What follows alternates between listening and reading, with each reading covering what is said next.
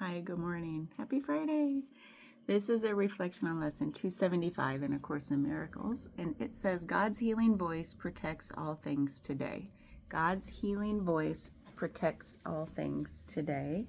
And I want to read this before I forget. The one thing I really clued in on, because I was like, lesson's not really resonating, until I read, for the voice of God tells us things we cannot understand alone nor learn apart.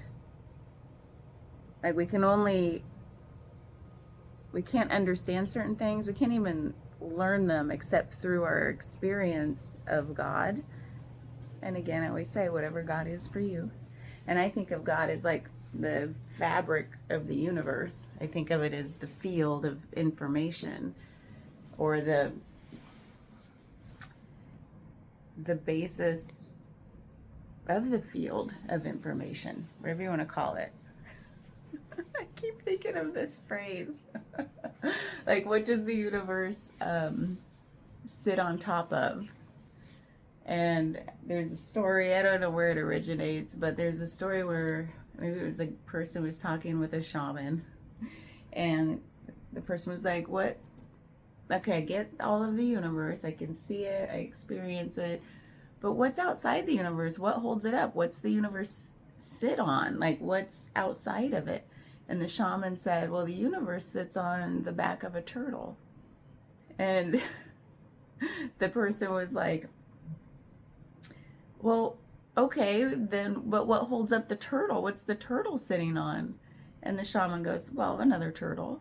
And the person was like, okay, like, what about under that turtle? And the shaman was like, it's turtles all the way down. And then I've recently come to learn there's actually a book, there's like a novel with that title, because I was like Googling it. I was like, I had this, like, who said this? Like, and then I Googled Tom Robbins, because it feels like something the author Tom Robbins would have said or written about. So I was like, did he include this as a quote in like some book, like Even Cowgirls Get the Blues or something? So anyway, I thought about that, like the whatever that God thing is that's so fundamental, that's really where we get our information, for, if you want to call it that. That's kind of a neutral term. It's not so spiritualized or metaphysical. It's just information. And so we really can't learn anything or like really understand anything important except through that space. In that space, I don't even know what it is, so I don't, for lack of a better word, I'll call it space, where the information resides. And so I also thought about the word healing, because it says it protects, the healing voice of God protects. See, I always forget the titles. So like, what's it mean by that? And I was thinking how healing and protection are kind of like two sides of a coin in a way. How all of our things we build up in us that become dysfunctional are, my stepson just walked by. He's a mail carrier, he must be doing this route today. Hi. So that's so awesome. I'm actually going to see him later. So like if you think about all the little dysfunctions we have, or dysfunctional behaviors, self-coping mechanisms, whatever you want to call it, that we try to heal from, those are in place as a form of protection, right? Like, we all probably know that by now. So it's just now in the common knowledge about there's no shame. There's no shaming each other for these things. That shouldn't have happened anyway, but so we should apply compassion to those things, because they were just there to protect us. We adopted certain things to protect us. And so those are the things that might need healing. And then you think, well, what's healing? It's such a big umbrella word. And it almost feels like healing would be the like shedding light on it, in that sense of knowing the information, knowing that information we talked about a minute ago, where we learn that and can understand it only through whatever you take God to be. To me, it's like this the field that we can access when we quiet our minds, like that depth of knowing we can access when this monkey brain just quiets down, gets out of the way a little bit, stops causing more dysfunction that we need to then heal from. And so I think of healing as a way like illuminating that which has not been illuminated. Because I feel like it's one thing to, we know our dysfunctions, right? Or like, we know I'm doing that thing I always do. But in the context of like that God love, the real, I'll call it compassionate love, where you're like, you finally see something for what it is. I see that, oh, it was just a form of protection. So it's weird to think like, why would I need to heal something that's there as a form of protection? Protection is usually thought of as like a higher ideal. Why would I need to heal that? And I think the word heal gets a bad rap or has a lot of baggage in terms of like a doing away with, an undoing, a fixing, right? And now I think of it in terms of like illuminating in the light of compassion, right? Like, I'm now seeing it for what you are. I see you for what you are and what your intention was, which was to protect me. And that's okay. And it's almost like an allowance that you can continue to exist. And then immediately when you get to that state, poof, it's gone. And isn't that such an allegory we see time and again in like cartoons and fairy tales and novels and just like things passed through the ages? It's like it's such a story that we have in our humanity that things just want to be seen for what they are. And that's a form of healing, which is illuminating. And then all of a sudden it's an allowing, and then the thing is no longer a problem. So the disappearing, it might actually still be there, but the way it no longer affects us, like we're not affected by it. We're not in its grasp. We're not trying to run from it, push it away, suppress it, deny it, or disown it. And then all of a sudden it's like, quote unquote, gone, but it's really just gone from the grip it had over us is gone.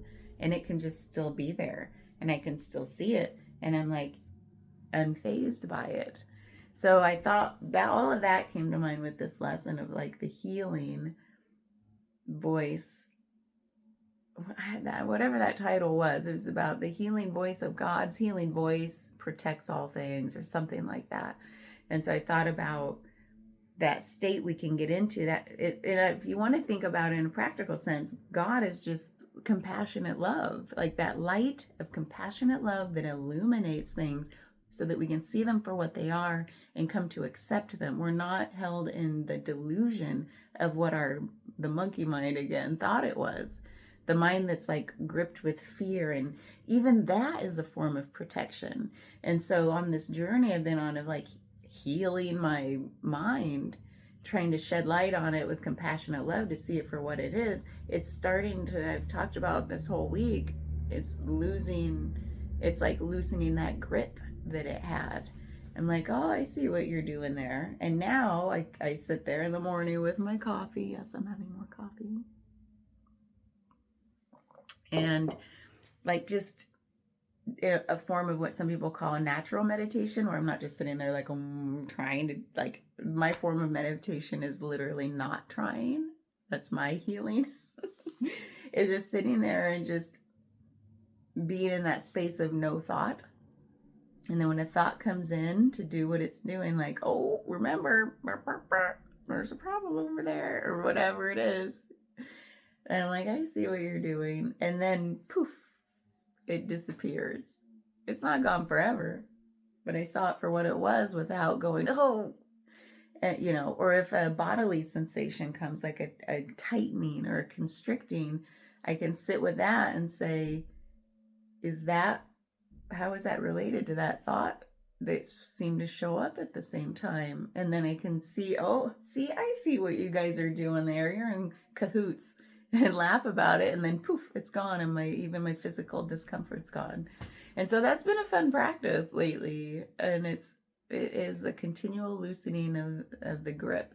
And then it immediately takes me into that space of everything's like equanimity, the oneness. Everything has a similar weight to it. And it's actually a pretty light weight. It's pretty weightless. So it's so funny how this lesson I was like, man, whatever, it's not really profound. And then actually when I really sat and contemplated, I'm like, oh yeah, it's one of the most profound ones I think I've come across. And maybe because it talked about that space I've been exploring where it's like, okay, there's some experiential truth for me about that God space, that light, the compassionate love space. That's what I'll call God. Oh, because over and over again, that seems to be the most universally true definition of God for me. And a lot of wisdom, it talks about the knowing and the learning. That's where I find my most profound wisdoms or truths, is like that deep resonance, which equals truth. That's where I find that, is in that space where I'm looking at them, seeing things clearly. It's called clear seeing, clarity. All of that is all wrapped up together in when this, we see what this mechanism is for what it's really doing, and not follow it, because it's always like, hey, come over here, I got something to show you. And I'm like, I know it's not gonna do anything for me, so we're just gonna stay right here. And then I was doing a practice last night unrelated to the lesson, which was like, I've been looking at, I like the whole getting wrapped up in spiritual terminology, because it's yet another layer of thought, of mental construct.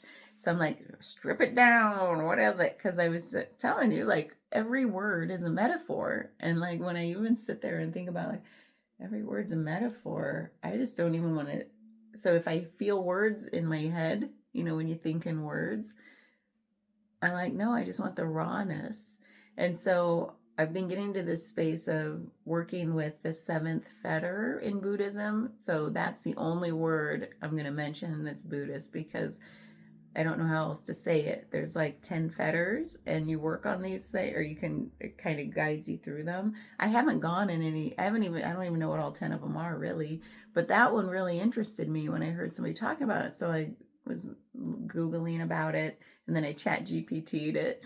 And I said, ChatGPT, strip out all the Buddhist language and tell me about the seventh fetter, something like that. And then it did, in a very practical way. I was like, thank you. Because online, all you get is like more, even when it talks about Buddhist stuff, it's in another language. And yet that's another abstraction that this mind can't grasp, because it's another language. So I'm like, just strip it down. So anyway, ChatGPT did that for me.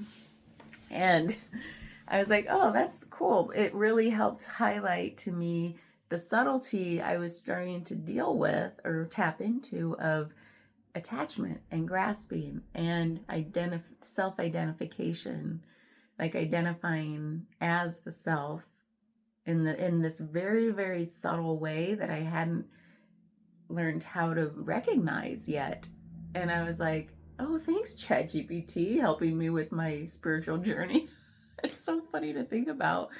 And I was sitting there practicing that, like, even what the subtle thing was even wanting to stay in that space, in that God space. And that's why I'm saying it's related to this lesson, even though at the time of my practicing it yesterday, I wasn't thinking about the lesson, but it is, I guess, related, because it's that God space. I was like, yeah, I just want to be here forever.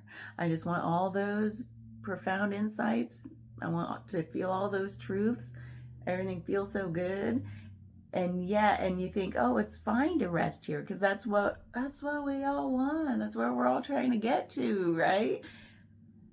And then it's such a subtle thing, right? Because even that is impermanent. So it's this lesson of impermanence and non-attachment, even at that subtle realm of like, even wanting the good stuff to stay, even wanting to rest in the good stuff longer, even wanting to get back to it is the and it's like, wow, even letting go of that, you're like, but I don't want to let go. And it can happen. And it was like just shedding the light, ChatGPT shedding the light on that. It was like, duh. And then it was like the permission slip had been granted because I saw it for what it was. And then poof.